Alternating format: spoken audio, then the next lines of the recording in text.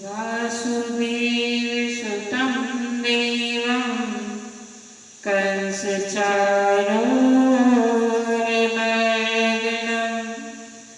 देवकी नंदन परमानंदं कृष्णं वंदे जगद्गुरुं।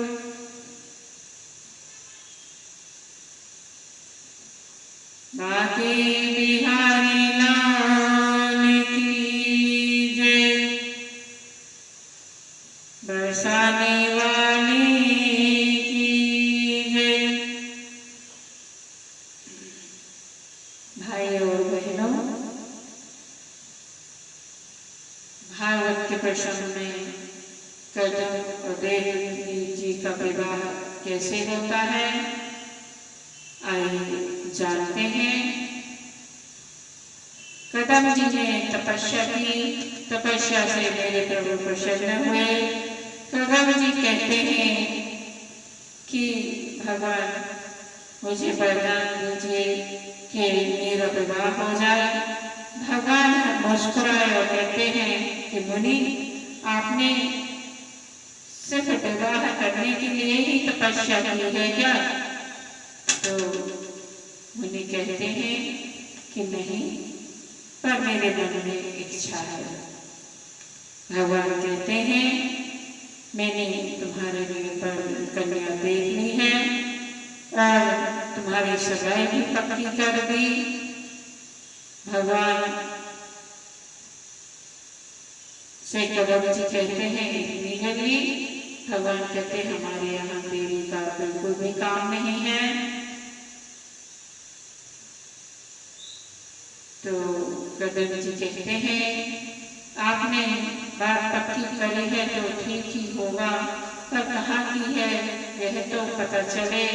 भगवान बोले ऐसे वैसे कि यहाँ नहीं, प्रजापति स्वतः प्रजापति ब्रह्मा के पुत्र सम्राट मनु की पुत्री है, जिनके साथ बात पक्की की गई है।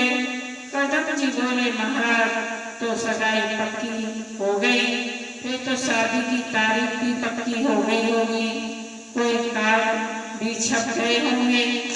भगवान बोले हाँ भाई, सब हो गया, शादी में भी विलंब नहीं, परसों के दिन तुम्हारा विवाह हो जाएगा। परसों अपनी पुत्री के सहित यहाँ मनु महाराज आएंगे। सुनकर कदम जी बड़े प्रसन्न हुए, ऊपर से मुँह लटका कर बोले आपने शादी भी पक्की कर दी, पर भगवान मैं तो शादी में एक शर्त रखूंगा। भगवान बोले कैसी शर्त? कदम जी ने कहा मैं शादी तभी करूंगा जब आप मेरे घर बेटा बनकर आओ, नहीं तो मैं शादी नहीं करूंगा। भले ही आपने रिश्ता पक्का कर दिया हो। भगवान बोले देखो भाई, ऐसा मत करो, तुम्हें शादी तो करनी ही पड़ेगी, और रही बात बेटा की तो हम बेटा बनकर आ जाएंगे, चिंता मत करो। इतना कहकर भगवान मुस्कुराए।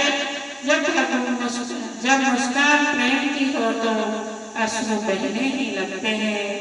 भगवान जब मुस्कुराए तो प्रेम के बिंदु गिर पड़े और सरोवर में जा मिले। तब उस सरोवर का नाम बिंदु सरोवर पड़ा, जो आज गुजरात में स्थित है।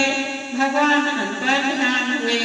कदम जी परसों की प्रतीक्षा में लग गए। कल बीता, परसों आया। महाराज मनु अपनी पुत्री के साथ अपनी पत्नी को भी लेकर आए हैं।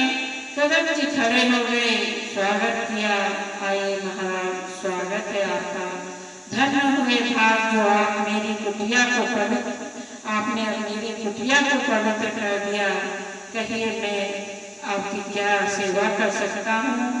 मनु महाराज ने कहा महाराज परसों हमारे यहाँ नारद जी आए थे, उन्होंने आपका इतना बखान किया कि सुनते सुनते मेरी बेटी ने आपको ही अपना पति बनाने का निर्णय कर लिया। इसलिए मैं अपनी बेटी को समर्पित करने आया हूँ, कृपा कर इसे स्वीकार करे। कदम जी ने कहा, ने कुछ जवाब नहीं दिया। यह देखकर मनु महाराज घबराए, कहीं महात्मा जी मना न कर दे। मनु महाराज बोले, मुनिवर, मैं जानता हूँ कि आप तपस्वी हैं, पर कन्या भी कोई कम नहीं है। मैं आपको वचन देता हूँ कि मेरी पुत्री आपके गृहस्थ आश्रम को धर्मानुसार चलाएगी। यह सुनकर कदम जी बोले, महाराज, भला मैंने विवाह करने से मना कब किया? मैं विवाह अवश्य करूँगा, पर मेरी एक शर्त है। क्या शर्त है? महाराज बोले, आप जितना दहेज मांगेंगे सब मिलेगा, कोई कमी थोड़ी है हमारे यहाँ। कदम जी बोले, ना मुझे दहेज बिल्कुल भी नहीं चाहिए। मेरी नजर में तो दहेज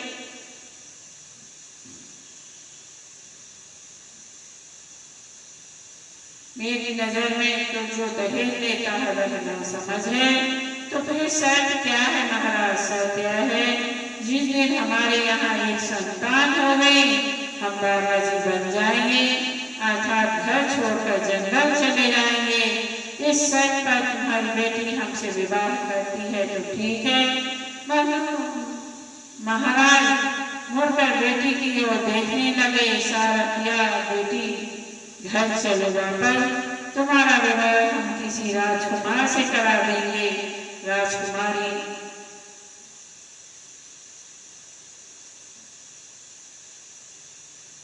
तुम इस बाबा के चक्कर में क्यों पड़ी हो?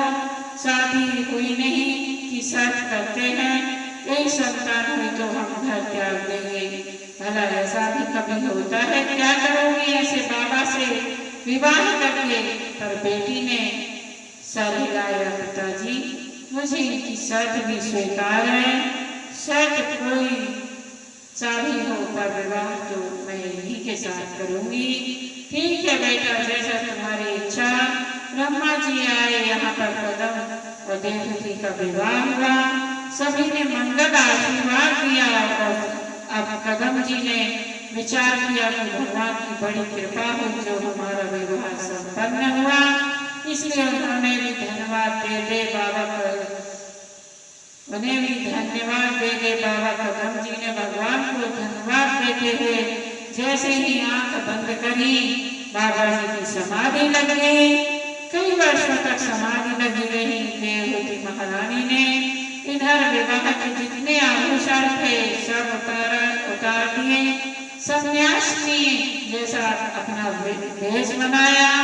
अन्य धन्य माता देवहूति का धैर्य जरा सिद्धांत तो देखिए। देवहूति का एक राजा की बेटी, जिसके एक आदेश से हजारों दासियां नौकर चाकर दौड़ पड़ते थे, वह राजकुमारी अपने महात्मा पति के साथ किस प्रकार निर्वाह कर रही है। इस प्रकार माता देवहूति अपने पति की सेवा कर रही है और महाराज कदम तपस्या में लीन है। हजारों 20 वर्ष बीत गए। तब एक दिन महाराज कदम जी की तपस्या पूरी हुई और अपने पास देवहूति को देखा तो बड़े प्रसन्न हुए। देवहूति से बोले, कदम जी, हम तुम्हारी सेवा से बड़े प्रसन्न हैं, मांगो तुम्हें क्या चाहिए। देवहूति ने कहा, महाराज, आप मेरे पति हैं और मैं आपकी अर्धांगिनी हूँ। जो आपका है वो मेरा है, आपसे भला मैं क्या मांगूं। पर ग्रस्त जीवन की सफलता संतान से है, इसलिए महाराज कम से कम एक संतान तो घर में होना ही चाहिए। कदम जी बोले, देवी तुम चिंता मत करो। हाथ में कमंडल का जल लिया, मंत्र पर जैसे ही जल का छींटा डाला, जल का छींटा मारा, कदम जी के निकट ही एक विशाल विमान प्रकट हो गया। उस विमान का नाम था कामद, अर्थात कामना के अनुसार यह विमान भ्रमण करता था। इस विमान के अंदर बगीचा, तालाब इत्यादि सारी सुख सुविधाएं थी। बड़े बड़े भवन भी हैं, हजारों दास दासियां कतार रख खड़े हैं। यह देखकर देवहूति तो आश्चर्यचकित रह गई कि ऐसा विमान तो मैंने अपने पिता के घर भी नहीं देखा, परंतु विमान इतना सुंदर और शरीर इतना गंदा कैसे बैठी हूँ। तो कदमजी ने देवहूति के पांवों को पकड़ लिया। बोले देवी जाओ, सबसे पहले तुम उस बिंदु सरोवर में स्नान करो। अब देवहूति जी ने जैसे ही गोता मारा, देवहूति पुनः 16 वर्ष की कन्या के रूप में परिवर्तित हो गई। दासियों ने हल्दी चंदन केसर का उपटन लगाया, अप्सराओं जैसा दिव्य शरीर देवहूति का प्रकट कर दिया। महात्मा कदमजी भी तपोवन से एक नवयुवक का शरीर प्रकट कर लेते हैं और फिर वर्षों वर्ष तक उस विमान में विचरण करते रहते हैं। इस प्रकार कदम और देवहूति के यहाँ 9 कन्याओं का जन्म हुआ। यह कन्याएं कोई साधारण कन्याएं नहीं, मैं तो कहता हूँ कि ऐसी कन्या भगवान सबको दे।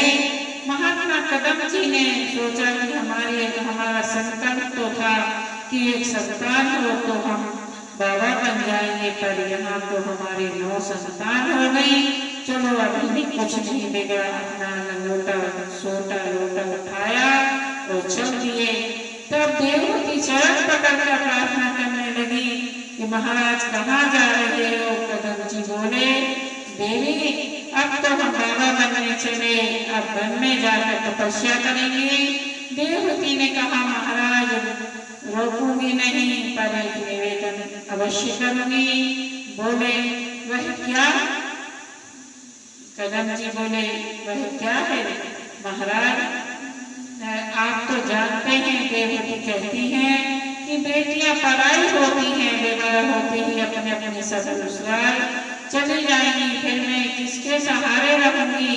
यदि पुत्र होता तो मुझे पुत्र का सहारा होता, इसलिए महाराज रुक जाइए। तब कदमजी को याद आया, ओहो देवी तुमने खूब याद दिलाया, भगवान ने मुझे वचन दिया था तेरे यहाँ मैं बेटा बनकर आऊंगा। भगवान ने वचन दिया है तो अवश्य आएंगे, इसलिए अभी बाबा बनने का विचार कैंसिल। अब की बार जब देवहूति गर्भवती हुई तो उनके यहाँ स्वयं नारायण पधारे और कालांतर में भगवान का अवतार